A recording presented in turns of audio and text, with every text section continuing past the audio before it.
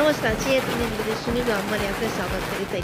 अंबरनाथ भास्करनगर येथील शिवसेना शाखेचे उद्घाटन माननीय श्री खासदार श्रीकांत शिंदे साहेब यांच्या हस्ते करण्यात आले. या कार्यक्रमाला अंबरनाथ शहरातील त्याचप्रमाणे शिवसेनेचे कार्यकर्ते देखील या कार्यक्रमाला उपस्थित होते.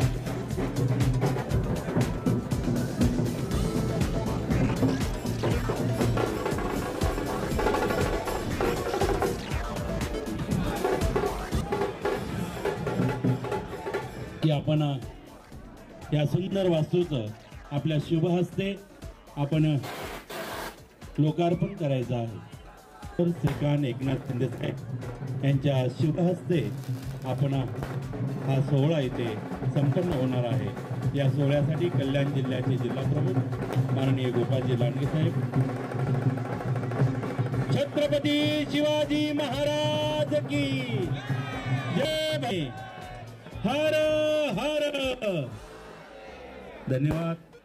या वास्तूचं लोकार्पण सोहळा डॉक्टर श्रीकांत एकनाथ शिंदे साहेब यांच्या शुभ हस्ते झालेला आहे.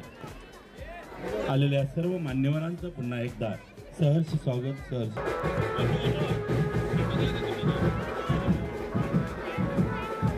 सगळ्यांना मी या शाखेच्या उद्घाटनाप्रसंगी खूप खूप सगळ्यांचं अभिनंदन करतो आणि सगळ्यांना खूप खूप शुभेच्छा देखील देतो.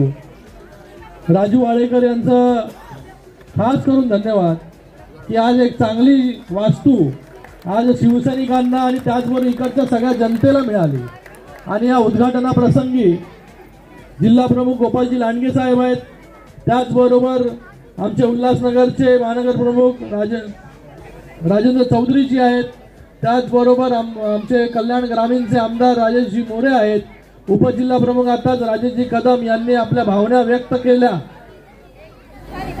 त्याचबरोबर अण्णा वाळेकरजी आहेत, माजी नगराध्यक्ष मॅडम इकडे आहेत, सुभाष साळुंके आहे, सर्वच नगरसेवक, सर्व पदाधिकारी,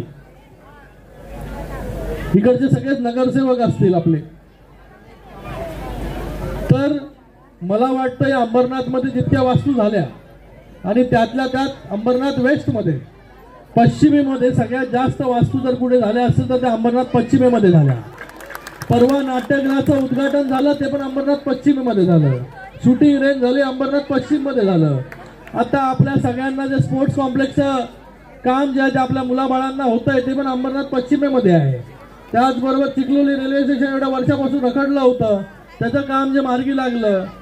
त्याचबरोबर आपल्या अंबरनाथमध्ये सिमेंट कॉन्क्रीटचे रस्ते आज राजेंद्र वाळेकर असतील, वाळेकर कुटुंब असेल यांच्या वॉर्डमधले जे रस्ते आहेत, मला वाटतं एक चांगलं पॅटर्न जसं अंबरनाथ पॅटर्न आहे तसं ह्या वॉर्डमध्ये देखील प्रत्येक गल्लीमध्ये जे आहे ते चांगले रस्ते करण्याचं काम जे आहे ते आपण केलं.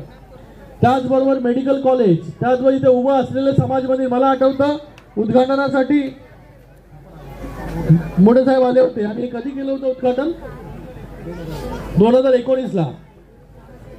नानासाहेब धर्माधिकारी हे प्रतिष्ठान आणि ओपीडी चालते फ्री मध्ये, इकडे गोरगरीब जनतेला इकडे सेवा मिळते. आणि एवढी सगळी कामं आणि नगर परिषदेमध्ये हे कधी होत नाही कुठेच. तुम्ही लोक पण वेगवेगळ्या ठिकाणी आपले नातेवाईक राहत असतील त्या नगर परिषदेमध्ये विचारून घ्या की नगर परिषदेमध्ये महानगरपालिकेसारखी कामं होतात का, तर ते बोलतील नाही. पहिला असा अंबरनाथ आहे की जिथे नगर परिषदेमध्ये देखील महानगरपालिकेपेक्षा चांगली किंबहुना जास्त कामाची होत आहे. नगर अध्यक्ष चुना, शिवसेना को सत्ता दी, वैसे ही फिर से आप सभी के लिए अच्छा कार्य करने के लिए आपल्या सगळ्यांसाठी चांगलं काम करण्यासाठी पुन्हा एकदा जे आहे शिवसेनेला आपल्याला मतदान करायचं आहे. पण यावेळेस वेगळं काय आहे, यावेळेस नगराध्यक्ष जे आहे जनतेतून निवडून जाणार आहे. पहिले आपण जे आहे नगराध्यक्ष आपण नव्हतो निवडत, पहिले आपण नगरसेवक निवडत होतो. म्हणजे राजेंद्र वाळेकर असेल, निखिल वाळेकर असेल, मॅडम असतील, आपण यांना मतदान केलं, बरोबर. आप इनको वोट करते थे. चलो राजेंद्र वाळेकर, धनुष्यबाण, तीर कमान, बटन दबाओ, बराबर ना. फिर बाद में हम लोग चुनते थे उसके अंदर से कौन नगर अध्यक्ष बनेगा. फिर हमने डिसाइड किया मैडम नगर अध्यक्ष बनेगी. कौन किया, पार्टी ने. ये कौन करता था, पार्टी डिसाइड, शिवसेना पार्टी. अभी कौन डिसाइड करेगा ये सब? पब्लिक।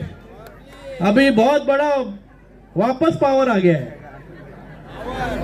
हाँ, अभी लाडली बहन क्या करेगी? नगर अध्यक्ष शिवसेना का, मतलब तीर कमान का। अभी आप लोगों को 3 वोट देने का है। कितना? पहला कितना देते थे? 3 हो गया, अभी बढ़ गया ना। फिर अभी 3 वोट देने का आपको, तो 2 पैनल बनेगा। उसके अंदर जो भी नगर सेवक अकेले खड़े हो जाएंगे, कोई भी खड़े हो। उम्मीदवार कौन है? तीर कमान। क्या है? उम्मीदवार तो कोई भी रहेगा, इधर ही खड़ा है ना।